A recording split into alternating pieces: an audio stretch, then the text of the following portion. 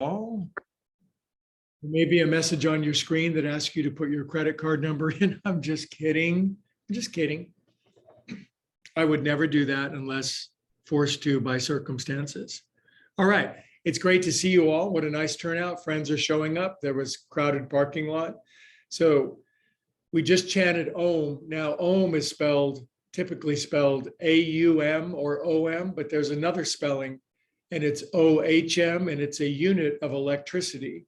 So we're going to talk about breath in an easy, gentle way. But the great yogis say that riding on the breath is this great power called prana, life force. It's a form of energy or electricity. Shoulders, 1, 2. So when you chant Om, you might be chanting O-H-M, measurement of electricity. 4, 5, 6, 7. Other way. So electricity is a beautiful metaphor for talking about this deeper energy of life called prana. Some call it chi. You could call it Holy Spirit. Doesn't matter what you call it. It is what it is. 6, 7. But there's a deeper energy available to those who can find it. Inhale up. Outhale out. Gentle forward fold. Nothing is extreme. That was yesterday. If you came to yesterday's class, you still probably have some lash marks in you. We'll hold the pose for longer. Shoulder blades relax, cultivating a mood. Cultivating a mood.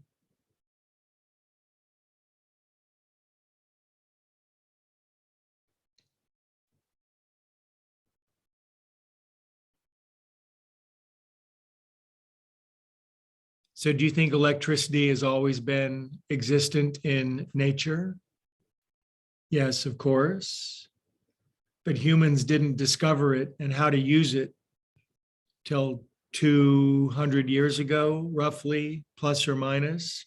So there was a great power available that was untapped because nobody discovered it or learned how to use it. Let's keep that principle in mind. Inhale, look forward toward your exceedingly bright future. Exhale, deepen. So the great yogis, the great spiritual masters of antiquity and modern times say there's a deeper energy that's available, but just like electricity 200 years ago, nobody has found it or knows how to use it.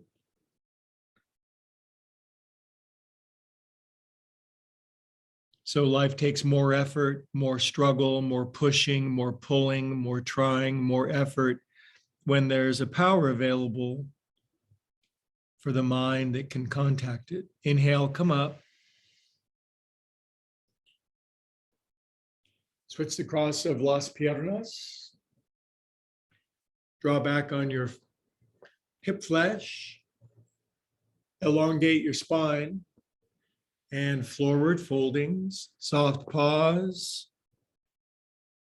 Now pull your shoulders up by your ears because you're spinning 7 plates all at the same time. And it's driving you BS crazy. I'm not going to say what that stands for. Then relax your shoulders. Tap into prana, the underlying electricity of the universe. Now, the great yogis who've been studying breath for thousands of years say that life force, the deeper electricity, is riding on the breath. It's within the breath, but it's very subtle and very, very refined. So breath can be a very gross thing, or it can be a very subtle thing.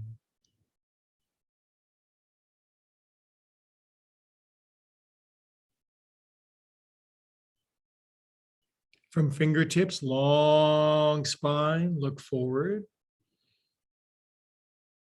Exhale, relax down, clamshell. We are clam and peaceful souls tapping into prana, life force. When you tap into prana, you get more done with less effort. How does that sound? More bang for your buck?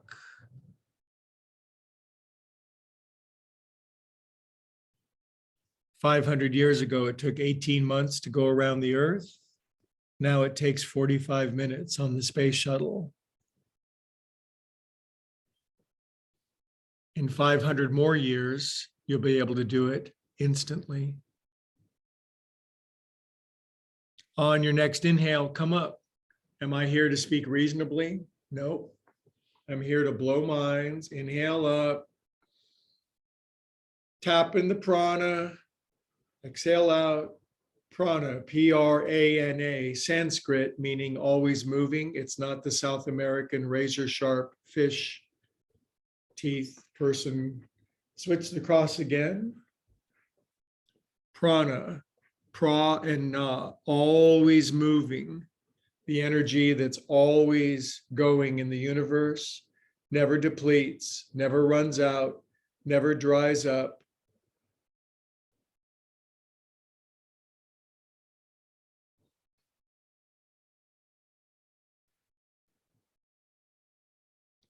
With your eyes closed, ask the universe for more prana, more spirit, more life force. Just ask, and the universe says, finally, somebody is asking for the good stuff.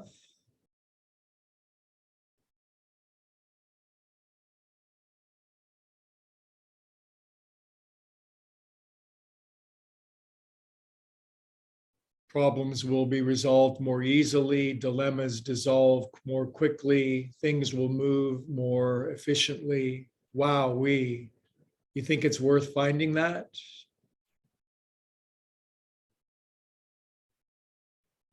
It's why it's called the pearl of great price. It's more valuable than everything else put together. Inhale up, exhale out. And the thing is, it's always there. It's always there. Just like electricity was there 1,000 years ago. Nobody knew how to use it. Drag your thumbs down the side of your neck. Now, in the 19th century in England, there were a host of, mostly England, mostly Europe, there were a host of scientists that became fascinated by electricity, and they had to experiment with. It's very complicated to figure it out. In the 17th century, believe it or not, a lot of electricity was studied by electrical fish that could deliver a shock. That made scientists very curious. How did I learn this? From the side of a cereal box. Dig your thumbs in underneath the side of your jaw. Relax your face into your hands. Dig around.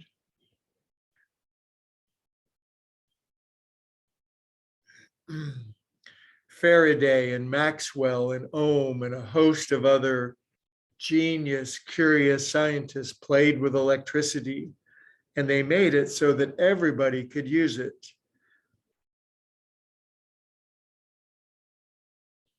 Now we can't live without it.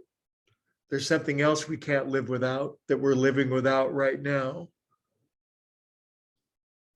Hold steady pressure. Plug into this prana point in your jaw, your throat.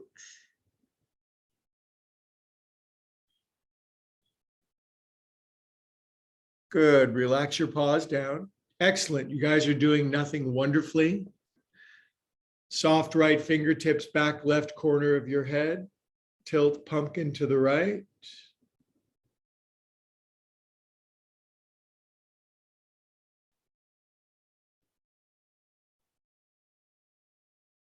Drop your chin.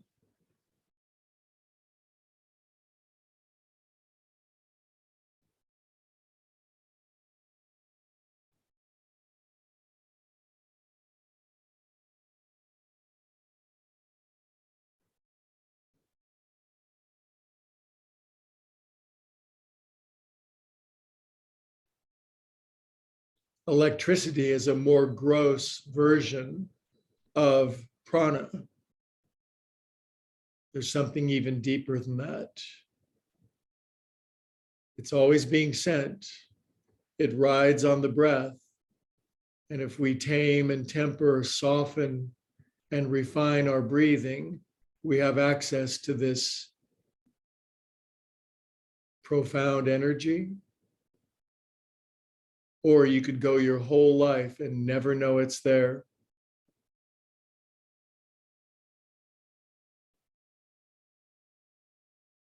It takes patience and diligence, two of the most irritating things to cultivate, to find prana. I want it now, and I want it now.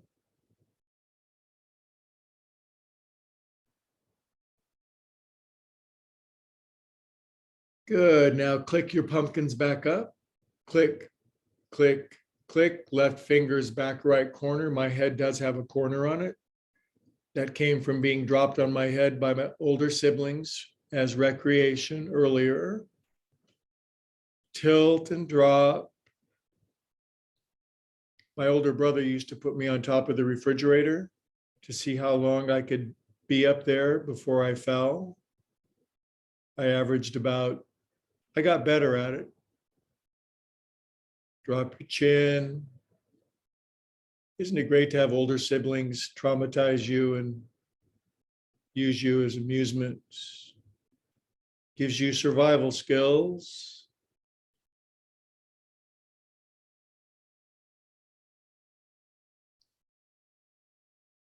It makes you resilient, because when you hit the linoleum, you'll learn how to bounce.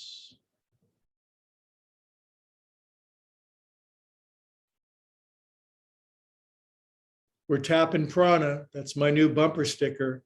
I'm tapping prana. People drive by with confused looks on their face.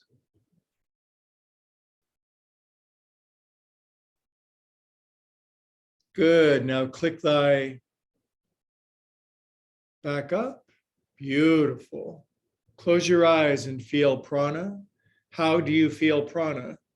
You imagine the tip of your nose as a very, very sensitive instrument. And while most people are gulping or choking on air, you're able to refine it through an extraordinarily subtle filter. And you can feel the prana riding on the air, and it vivifies you and inspires, guides, and loves you. What is he talking about? You know exactly.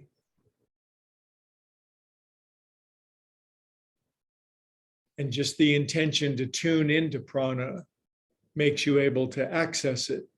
And then you experiment, just like Faraday and Maxwell and Ohm did in the 19th century, and you get better and better at it.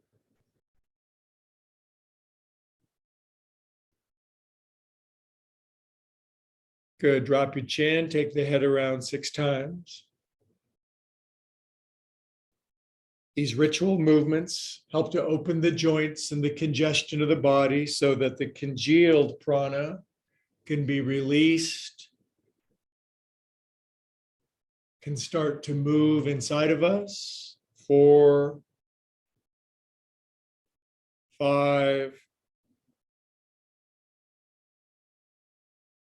6, other way. Now, when you learn to operate on prana, you're operating on a power greater than your own.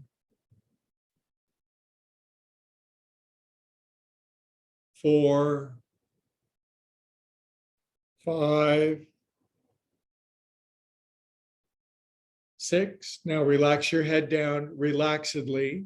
Don't force, but when you have a larger than average brain filled with a larger than average volume of thoughts, it's pretty easy to relax your head down. Theoretically, your chin could hit your chest, but don't force. When you learn how to operate on prana, you can feel the difference between using your own power and the bigger power.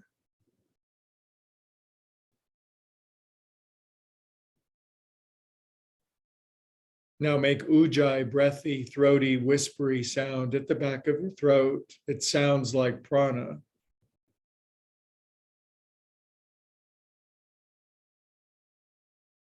What does prana feel like? It feels good.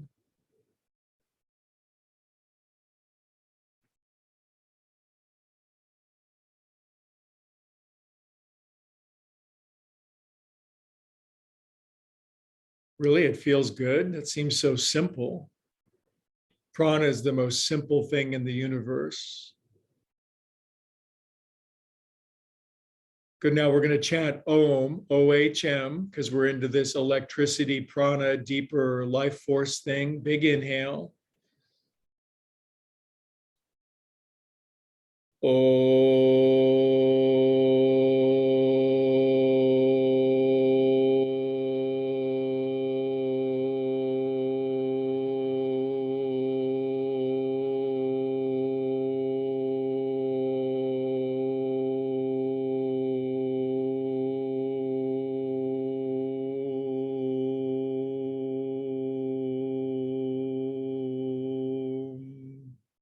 Feel that.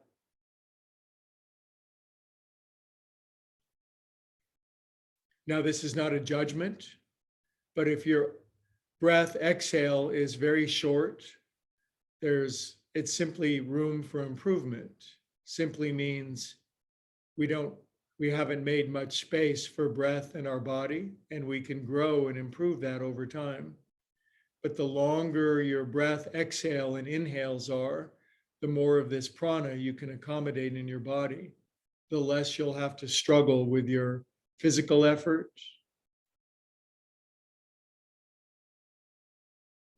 Do you want to vacuum your house with an old-fashioned foot pump vacuum from the 1800s? Or do you want to use a cordless electric vacuum cleaner? Have I made my point? Good. Roly-poly your wrists.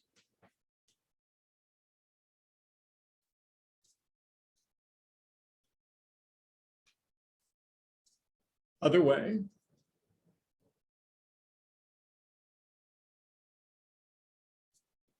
Shake away congestion and congealed, crusty,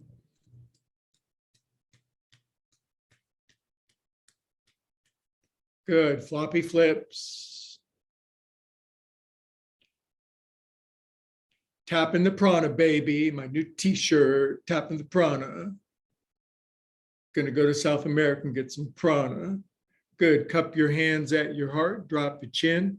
Now I want you to feel the buzz of your hands and head and heart melting, merging together. And that buzz you feel is a nice symbolism of prana, life force, always moving. So you don't have to. It's funny, when you stop moving, you feel what's always moving. I've never said that before, but I'm going to the Spiritual Hall of Fame for that. When you stop moving, you feel what's always moving.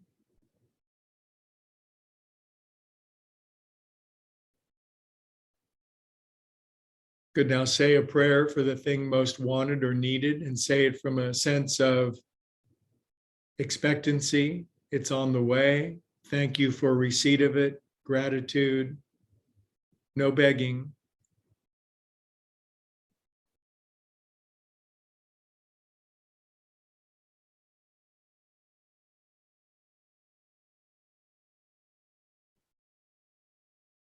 Beautiful, you guys. All right, now we'll extend our legs out.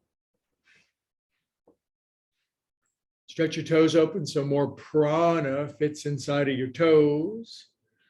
Stretch your arms up to get your spine. Spines are the antenna for prana. So spines that are crimped and cramped and crooked, crimped, cramped, and crooked, the three C's you want to definitely be on the lookout for. If you're crimped, cramped, and crooked, you want to be tall, open, and beautiful. Stretch up, legs out. It sort of makes sense that a body that's crimped, crooked, and the other C would not hold as much prana. Good. Arms down, feet in, and bottoms up. Making room for the prana. We used to make room for daddy in the 50s. Now we make room for prana in the 20s. And please to come down. Now, curiously, one of the parts of our body that really gets blocked and inhibits the flow of prana is our wrists, okay? So one of the lines in the scripture says, confirm my knees and strengthen my hands. So palms up and lean into your palms. Find the middle ground of sensation. This is the interesting thing about prana, is that the middle ground is what facilitates it. It's not overly struggling like a 20-something yogi losing their marbles with 73 vinyasas in a row. There's a time and place for that. When you're in your 20s, you don't need to run on prana. You just run on food and stimulation and hormones. But if you are older than 40, there's not so much of that no more. So you learn to run on the deeper, more subtle energy called prana. And the middle ground is what opens up that channel, not struggling, but not lazy either, not laying in bed being spoon-fed. Just the right amount of application.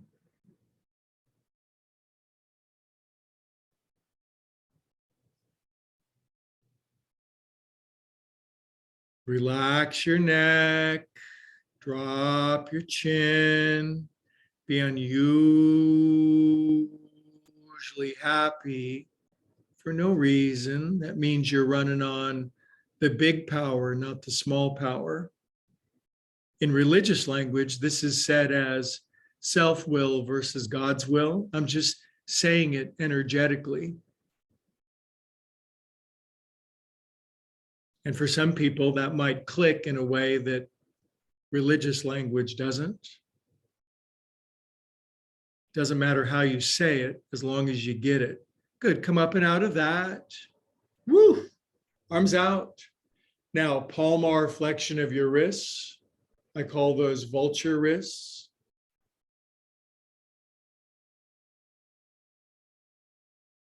Two pieces of carry-on limit, you vultures. Good, now internal, out turtle, in turtles, out turtles. Sometimes you want to go into your shell. Sometimes you want to come out of your shell. In. Now all the in you got. So now you're doing it reverse fashion, like a 737. Now take the wings behind your back, fold them up, and then cram back of wrists into pits. And drop your chin and touch your elbows together. Good luck on that.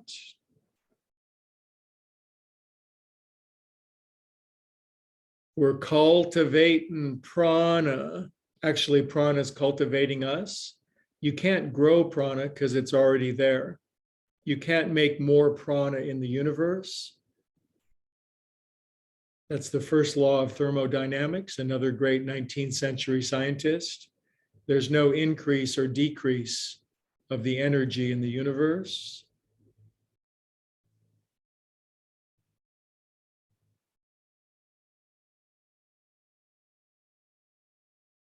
When I was a little kid, I used to read encyclopedias for entertainment. And then the 7th grade came and it was all downhill from there, kitty cats. All right, now take your wingies out. Whew. Good, and just swim your hands around, make them happy. One pill makes you larger. Other way, another makes you small. But the one my mom gave me, they didn't do anything at all. Inhale up, kitty cats.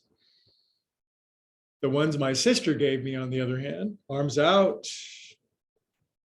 arms forward, Pull in and a little scrape on the side. Just going to put a little scrape, a little stripe in our side.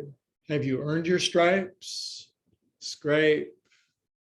How's your chevron? To the front. Scraping. Getting into the prana. Prana rides on the breath. Most people breathe breath grossly. Hands at your side. Wrap your thumb in your fist. Drop your chin. Now turn the tip of your nose into a prana refinery and feel the temperature, the texture, the balance, the consistency of the breath being pulled in. All it takes to find prana is a subtlety, a sophistication, a patience, and a persistence to find it. That's all. No wonder no one finds it.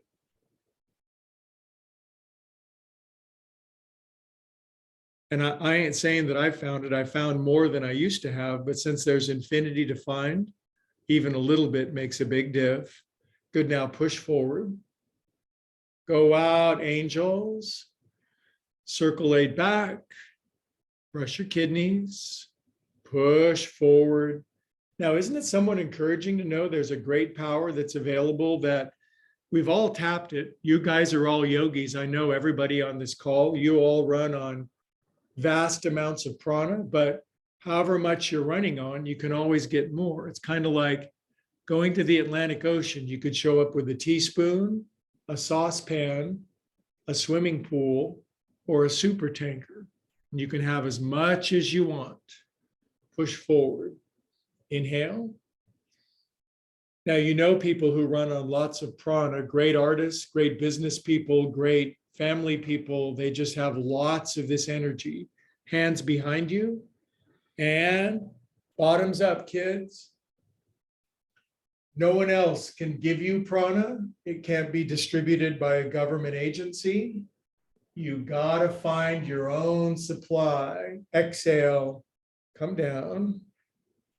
I saw a fascinating cartoon or meme the other day. It was a cat.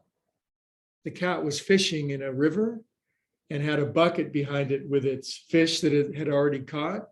That was picture one. Picture two was another cat behind that cat with a line thrown into that cat's fish bucket. So you got to find your own prana. All right. Now, stretch your legs out again. Inhale up. Now, it's a nice motive to try to distribute prana evenly, but you can't. You just got to get yours and then shine it in the world. Lift up you go.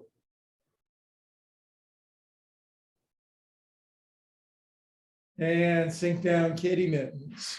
Now on your back, and prana is sometimes very low to the earth. So get down, grab your big toes, put a blanket underneath your head if you got a stiff neck. And now we're in tuning fork pose. And if we relax into this one, and if you look at your ankles, like one of those 1950s science fiction films with Frankenstein, you might see an arc of energy traveling between your inner ankle bones. You probably won't, but if you do, I wouldn't stop you. Hold this pose until your groins relax, your buns release, your guts soften, your chin drops, your brain melts, your shoulders relax, and you become open to prana.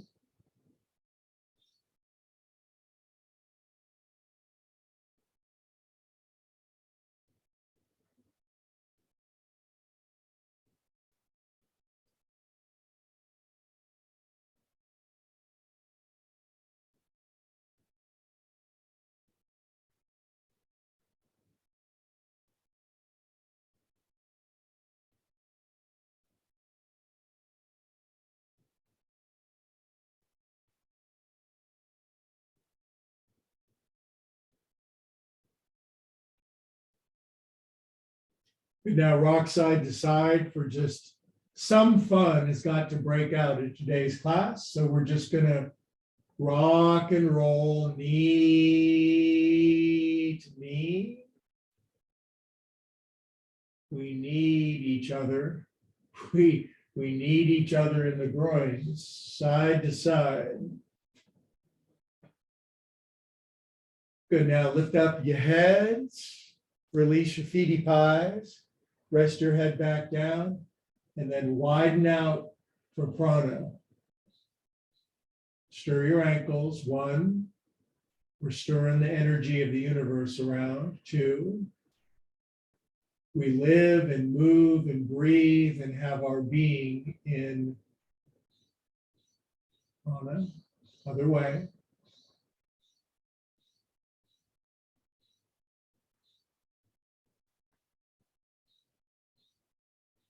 Good. Point your toes, lift up, and let's grab each other.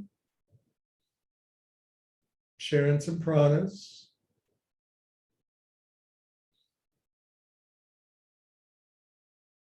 Squeeze leggies back in. Roll up. Maybe back up a little bit. Now, one of the most interesting ways to cultivate this deeper energy, electricity of life is the principle of energy points in the body. Of course, the Asian cultures have been using pressure points for thousands of years as an entirely different means of health and healing, different than Western medicine. I'm sure many of you have had acupuncture or acupressure. So just put your palms on the inner knee and just massage in there a little bit.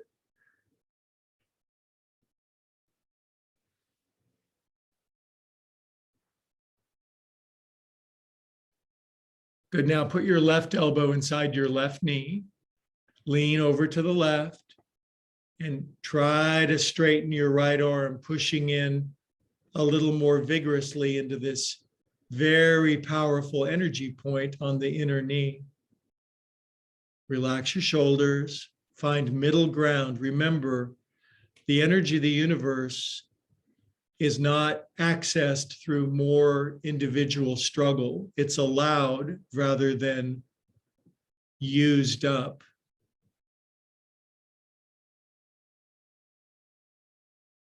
This is such an important principle.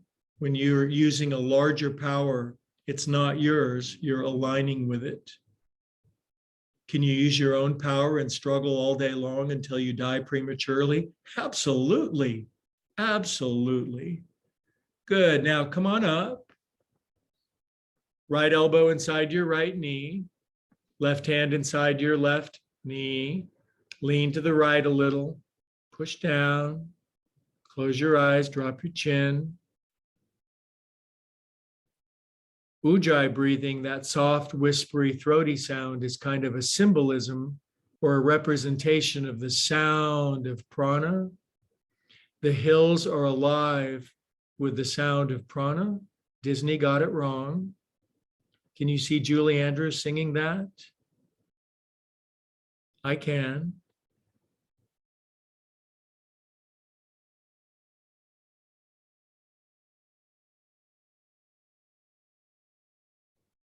Good. Good job, kitty cats. Come on up. Inhale. Exhale. Now we're going to do another Om, O-H-M, and I'm trying to teach something, believe it or not, I am a teacher, that the longer you can exhale, the more of this cultivating of this inner life force that you can have access to. Now, this is not a challenge or a competition or somebody's better than somebody else. It's simply an exposition, an exposing where you're at with your own ability to hold breath in your body. Let's chant Om, extend it as long as you can without dying, okay? Big inhale, no dying in my class. Bad for business.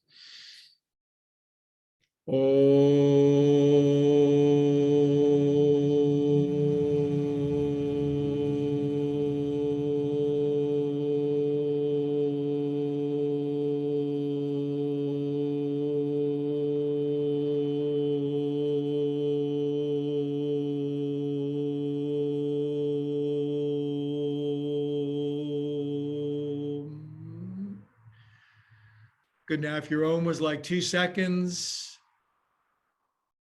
don't worry. You can work on it. You can get better. And if you're still ohming, I'm hella jealous because that's how I shape my prana. Good. Now squeeze your knees in together. Prana becomes emotion. Did you know that?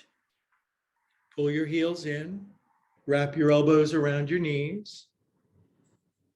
Now think of your body as one of those um, electricity transformers that are down the street behind those locked gates. Your body is an energy capacitor, transformer, but of a deeper energy, if you can find it. Relax your shoulders.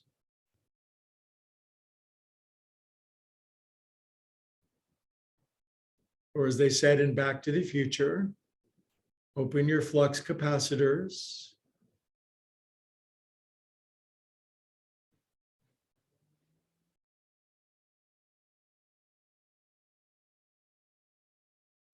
Think of this prana as the very center of a fast moving river.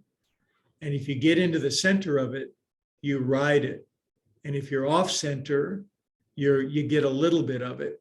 If you're way off center, you circle around in an eddy, going nowhere with a bunch of other people going nowhere. It's called one of your first jobs that you ever had, right? Now you're smarter and wiser, and you're closer to the center of the river, then you can put the oars down, either or. Okay, kids, now we're going to let go. Now we're going to scout around for a bolster. If you don't have a bolster, you could go on Amazon right now and I wouldn't even know it and buy one. Or you could ask me for a bolster and I would give you one. Okay. So that's pretty easy. Put a bolster out in front of you. Now we're going to do some yin restorative because too much talking. And there's your bolster or your 2 blankets out in front. Now, actually lift up your bolster and we'll do some inner child work. Oh, my inner child.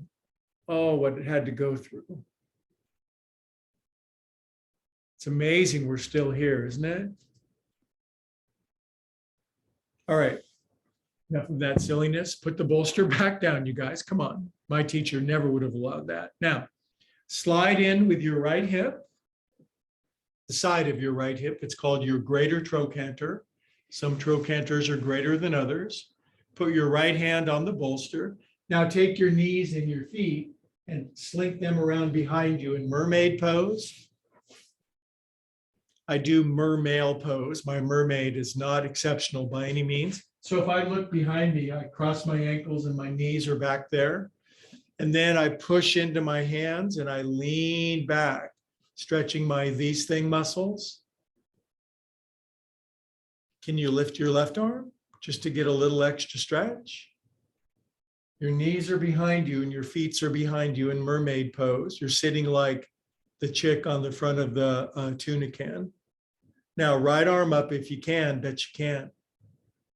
Oh, some of you did. Good. Now, hands down. Now, turn to the right. Put your right hand further. We're twisting, huh? We're twisting. Now, take your bolster to 1 o'clock on your dial. Twist your belly button to the right. Come down, calm down, and then relax onto your right ear and spread your elbows open like a cactus in the desert. 2 minutes of storative.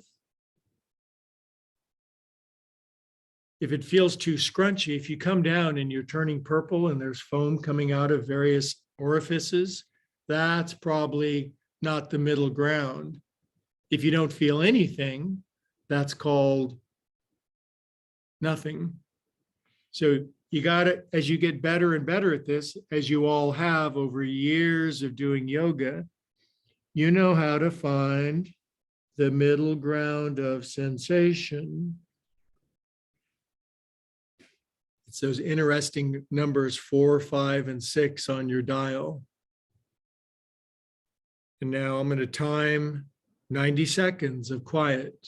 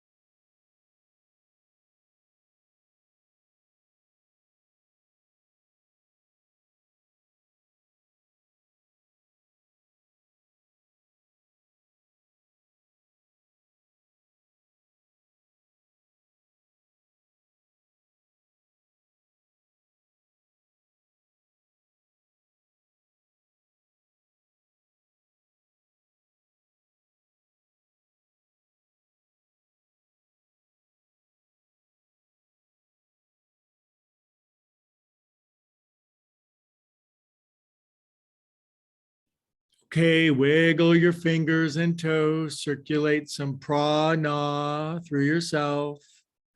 Prana, na, na.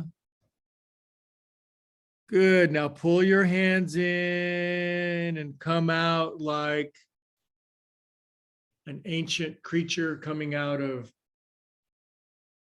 amber. Good. You made it all the way up. And then we're going to switch it around by bringing our legs back. We're going to square up our bolster. We're going to sit in front of it like polite school children. Close your eyes. Feel the breath at the tip of your nose. I've planted a seed inside of you. Many of you already have this plant growing beautifully, but the seed is finding this subtle life force that, when found, it's the most powerful force in the universe. It's also the most subtle. In 500 years, human civilization, if we're still living here, will be operating on prana. At any point, anywhere, you could just open a window of prana and have all the energy you want. Is that any crazier than thinking of what electricity is to a mind from 300 years ago? Of course not. Relax. Nowadays, we need fossil fuels or wind or solar or something, but it has to turn a turbine somewhere to churn out energy. It's very, very coarse. Okie doke. Now from here, we are going to take our knees and shift them over to the right, slide in with your left hip. Now, I hope you understood this thing of taking your knees, stacking them behind you, looking back there, crossing your left ankle over your right ankle, pulling your heels into your bottom into mermaid pose, and then pushing into the bolster and then leaning back. You're probably considerably better at this than I am, because this is mermaid pose and I can only do mermail pose. Now, left hand over here, bolster goes to 11 o'clock on your dial.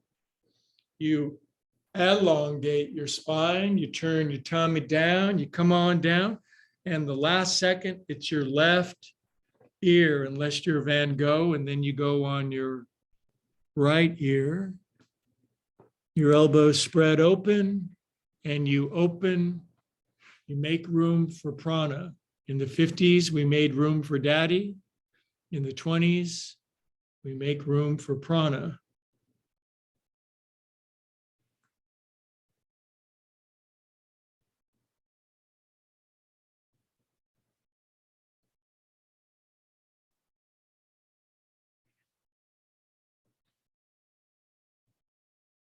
"90 seconds, quiet, empty, heavy, relaxed."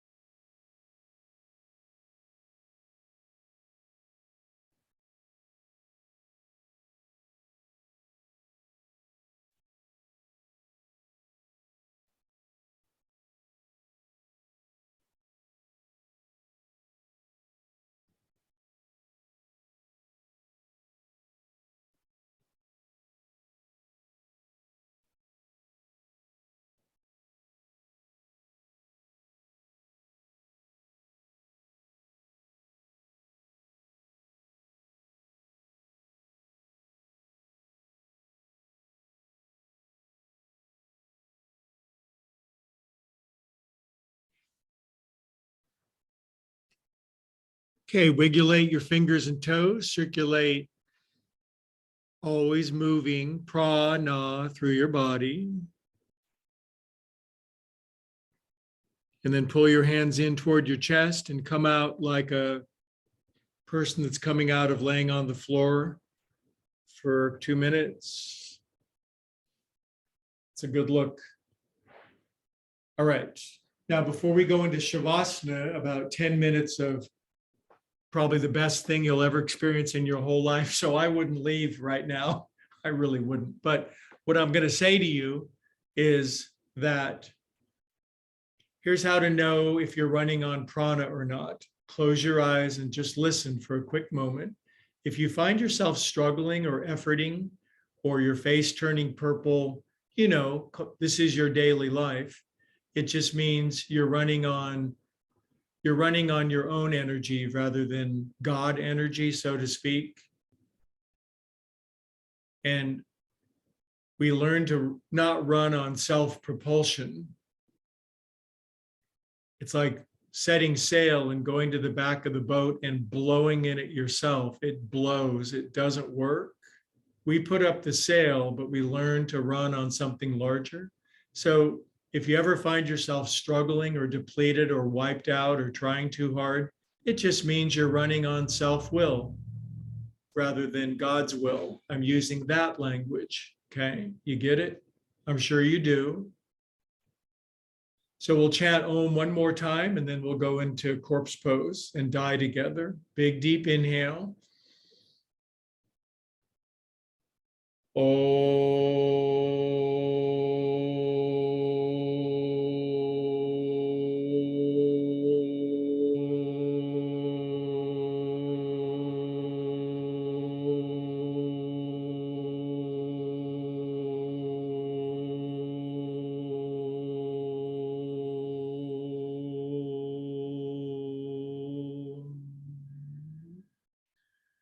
Feel that. Soft, smooth, easy breath, refining the prana from the gross atmosphere.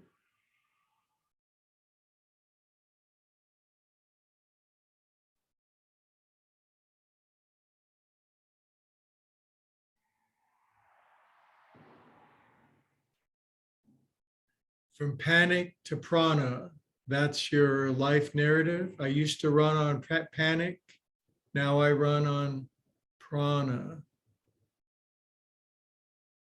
Okay, now, of course, you could just lay raw on the floor, but if you happen to have an ottoman, a chair, a couch, a pet, edifice, a ziggurat, doesn't matter, not a cigarette, a ziggurat, you could do this version. You could put your calvelets up on top, or you could just lay flat on the floor, then on your back. Then I'm going to take Blankadelic and put it underneath my hiney. It's going to lift my hips. Going to get my bolster out of the, oh God, oh God. So now you're getting in the way. You're getting in the stream, the alignment, the flow of prana. It's been a challenging topic, but one well worth considering. And now I will leave you in quiet and bliss for 8 minutes.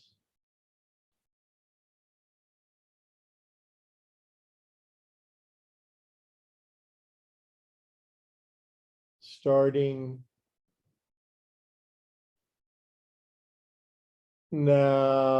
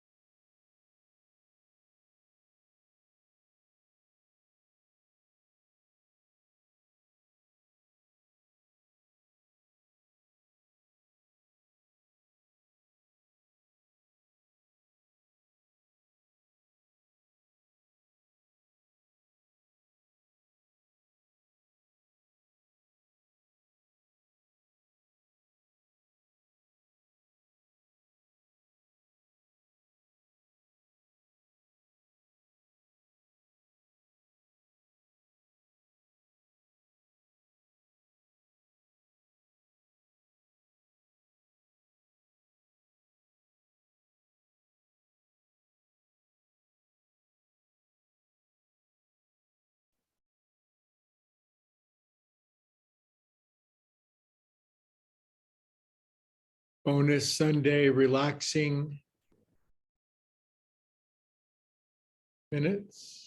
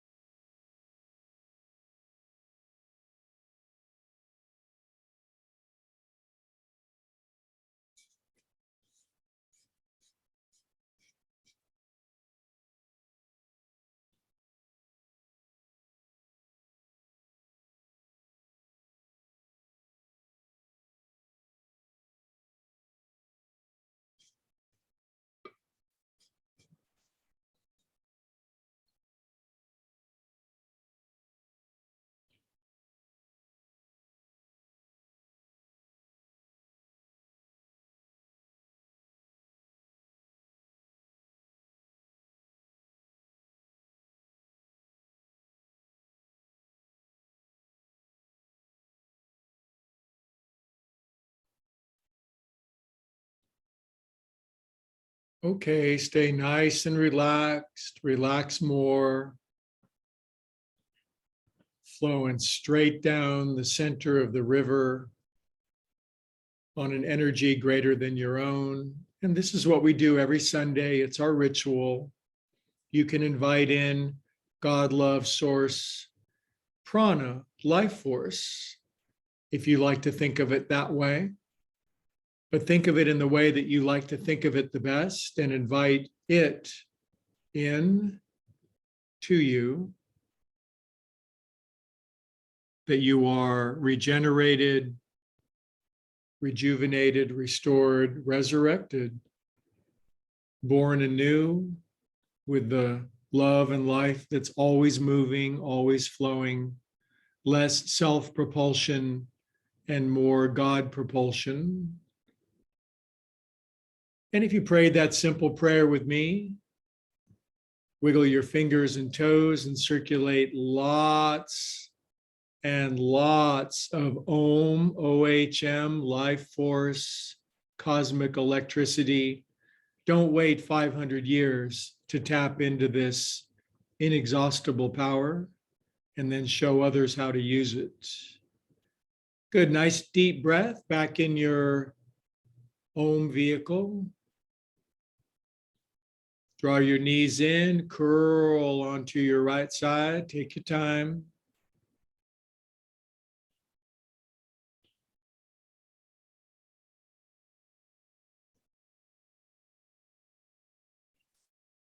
Love all over yourself.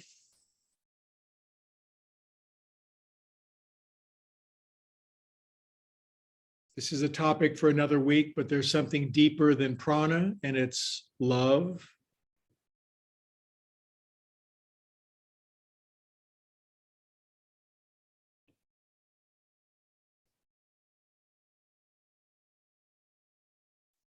Good, then keeping our eyes closed to keep the prana moving on the inside, we'll sit up together slowly.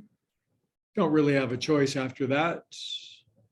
We sit up slowly, we stack up our prana antennas nice and tall, shoulders are relaxed, eyes are closed. We are calm and peaceful souls. And we're going to remember for the rest of eternity when we're aggravated, frustrated, depleted, burnt out, wiped out. It just means we're running on our energy rather than the energy. And having noticed that, we can calm and quiet. And as we stop moving, the thing that's always moving can take over. Hands to the heart. Head bows. All together, the mighty Sunday yogis, we all say, Namaste.